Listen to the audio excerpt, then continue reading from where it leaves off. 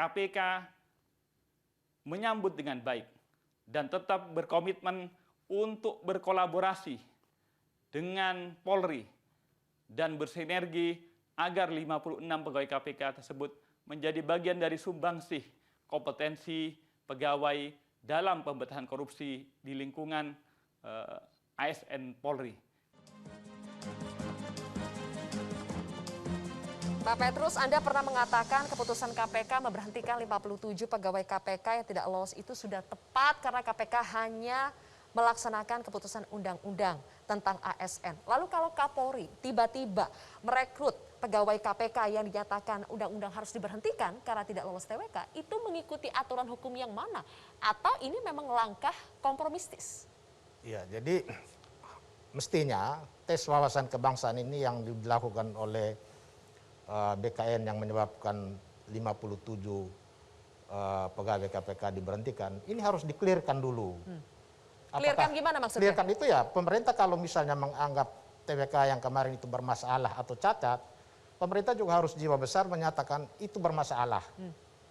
Sehingga 57 pegawai KPK yang mau dialihkan atau diterima oleh Mabes Polri sebagai ASN di Mabes Polri, tentu juga kan harus akan menghadapi mekanisme yang sama, yaitu tes wawasan kebangsaan yang juga penyelenggaranya adalah BKN juga. BKN lagi? Nah, supaya tidak menimbulkan kerancuan, maka pemerintah harus clear dulu terhadap TWK yang sekarang mengakibatkan 57 pegawai KPK yang diberhentikan ini. Kalau tidak kan kelihatannya seperti pelintat-pelintut. Ya. Di satu sisi menyatakan TWK yang dihasilkan oleh BKN yang menyebabkan 57 pegawai KPK diberhentikan ini sudah clear.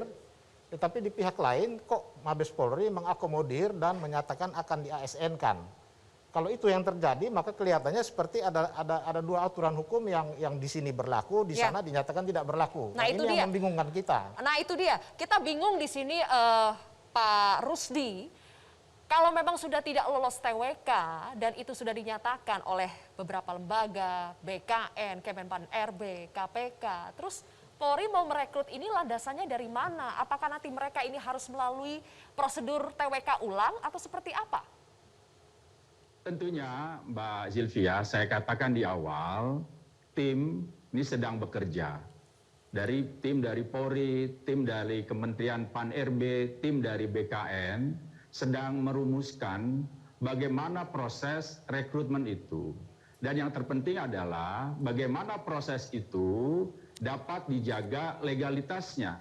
Merupakan satu proses yang benar yang dapat dipertanggungjawabkan. Kita tunggu saja hasil dari tim ini bekerja bagaimana proses rekrutmen itu sendiri. Boleh nggak saya tanggapi? Ya, Pak Arsul. Ya, jadi begini, mungkin yang disampaikan Bang Petrus itu tidak salah, tetapi bisa juga kita melihatnya dari perspektif yang lain. Perspektif yang lain itu seperti ini. Yang namanya TWK ini jangan dibayangkan seperti putusan pengadilan yang kemudian final and binding dan kemudian melekat asas nebis and idem. Di situ tidak, artinya tidak bisa diulangi. Orang bisa saja lolos, tidak lolos atau tidak memenuhi syarat TMS kalau itu pada satu TWK, tapi kemudian ketika diadakan TWK ulang, ya dia menjadi MS, memenuhi syarat.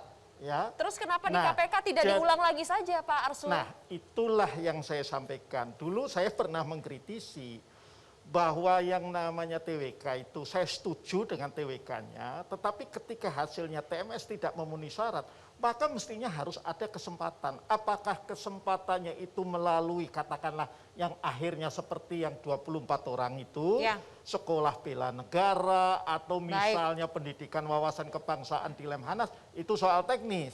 Tetapi mestinya hakikatnya itu, bukan kemudian karena TMS TWK, orang seperti dapat vonis hukuman mati.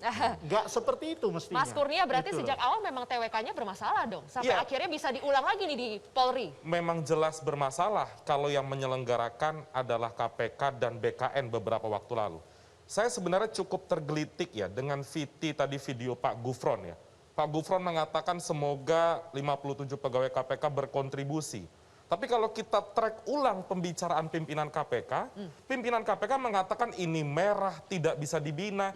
Itu kan terlihat mereka gugup dan gagap ya ketika berbicara soal tes wawasan kebangsaan. Saya sepakat dengan pernyataan Pak Arsul tadi, tes wawasan kebangsaan yang diucapkan indikator merah dan lain sebagainya bukan vonis akhir, bahkan tidak layak juga kita katakan vonis, karena itu bermasalah sekali. Ada 11 pelanggaran HAM, ada maladministrasi.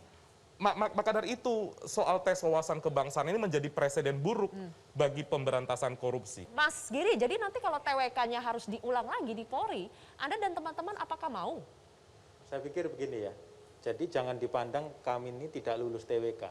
Jadi temuan dari Komnas HAM itu, TWK hanya alat terselubung untuk menyingkirkan orang-orang dianggap radikal dan Taliban, tanda kutip. Apa maknanya? Bukan ke agama ini, Mbak. Kalau agama, kenapa ada 9 non-muslim di sana, ada ketua Ogemene, ada Hindu dan Buddha. Tetapi Komnas HAM menyatakan ini orang-orang yang cenderung menjaga integritas yang nggak bisa diintervensi itu. Ini menurut saya adalah suatu apresiasi dari Kapolri. Dan tentu kita membutuhkan informasi yang lebih detail agar kontribusi kita kepada pemberantasan korupsi lebih baik. Berarti tetapi kalau harus... Mbak, cita-cita kami ingin kembali ke KPK suatu saat nanti. Cita-citanya tetap ingin kembali ke KPK. Oke. Baik pemirsa, selain narasumber di studio, kami juga memiliki satu narasumber yang bergabung dari Zoom lagi. Ada Pak Busro Mukodas, mantan Ketua KPK. Selamat malam Pak Busro. Selamat malam, Assalamualaikum. Waalaikumsalam. Pak Busro, Mas Giri bilang ini kalau menurut rekomendasi atau temuan dari Komnas HAM, ada penyingkiran terselubung. Berarti dari internal KPK juga ada yang berniat demikian. Anda bilang KPK sekarang mengalami osteoporosis moral. Apa maksudnya Pak Busro? Ya, saya sangat percaya itu karena ada indikasi yang sebelumnya sudah banyak diungkapkan.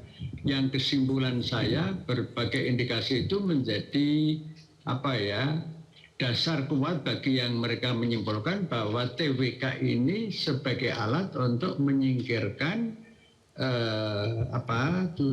sekarang 58 pegawai itu. Nah, satu. Kemudian yang kedua, saya ingin mengatakan bahwa masyarakat perlu diajak berpikir lebih terbuka begitu, bahwa kegaduhan sekarang ini, kegaduhan sosial, kegaduhan politik, kegaduhan hukum itu adalah efek hilir semata. Hulunya apa? Hulunya adalah revisi Undang-Undang KPK, yang Undang-Undang KPK yang lama itu dinyatakan independen dan tidak berstatus ASN. Kemudian direvisi Undang-Undang yang baru, yang Presiden Jokowi menyetujui, itu KPK sudah kehilangan watak independen sehingga harus ada ASN dan ujung-ujungnya TWK yang sekarang sumber dari kegaduhan sosial, politik, hukum ini. Dan tidak ada yang diuntungkan. Pak Petrus, betulkah Presiden sebetulnya punya kewajiban, Presiden harusnya mengintervensi persoalan 57 pegawai KPK yang dipecat karena tidak lolos TWK ini? Ya, Presiden kan sudah menyatakan bahwa 57 atau 75 yang diberhentikan itu akibat dari tes wawasan kebangsaan itu, harapannya kan supaya tidak terjadi pemberhentian. Tetapi itu kan namanya harapan sebagai seorang pimpinan negara, seorang negarawan. Tetapi ketika kita bawa ini kepada persoalan mekanisme undang-undang, maka Presiden juga tidak bisa begitu saja memerintahkan atau mendikte BKN atau KPK untuk membatalkan.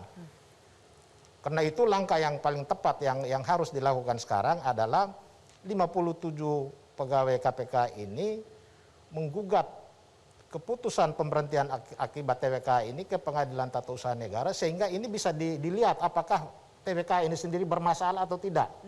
Karena di sanalah kedua belah pihak akan membuka masing-masing dokumen sebagaimana selama ini dituduhkan oleh 57 pegawai KPK ini bahwa proses TWK ini bermasalah. Tapi masalahnya apa? Kan sampai sekarang kan belum terlihat. Kita mengatakan bukan 57 pegawai. Kita mengajukan ke Komnas HAM dan Ombudsman. Ya, 75. Ya. Jadi lembaga negara yang dibentuk karena undang-undang dan kewenangannya mengatakan ini maladministrasi, Pak, banyak pelanggaran.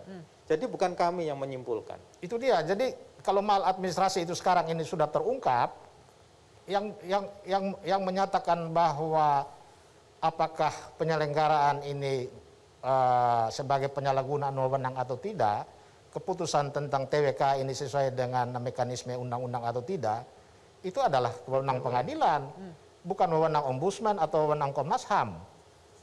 Aturannya kan begitu, di Undang-Undang Administrasi Pemerintahan itu tegas.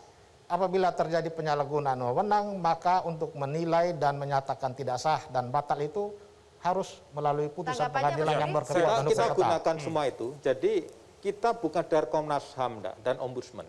Dua lembaga ini ke substansi pelaksanaan, Pak. Sementara MK dan Mahkamah Agung kepada cenderung ke formal regulasinya. Dan itu sah. Ya. Karena kalau tidak sah maka batal tuh ya 1000-an lebih. Tetapi yang ingin saya katakan, apakah kita akan PT UN? Kita masih punya Pak upaya hukum itu tadi. Kita melakukan keberatan kepada pimpinan, kalau nggak ditanggapi kita akan melakukan banding administratif kepada Presiden selaku atasan dari pimpinan. Sambil itu kita lakukan PT UN di sana. Kita bisa basicking, bisa perbuatan melawan hukum. Jadi akan kita kejar itu semuanya, keadilan ini. Ini bukan sekedar kepegawaian, selesai kita jadi ASN atau disalurkan. Baik. Tetapi ini adalah tentang bagaimana pelemahan pemberantasan korupsi dilakukan secara sistematis. Oke, baik. Pak Arsul dan Mas Kurnia, kita nanti akan berikan kesempatan ya, tapi kita harus jeda terlebih dahulu. Pemirsa, kontroversi akan kembali sesaat lagi.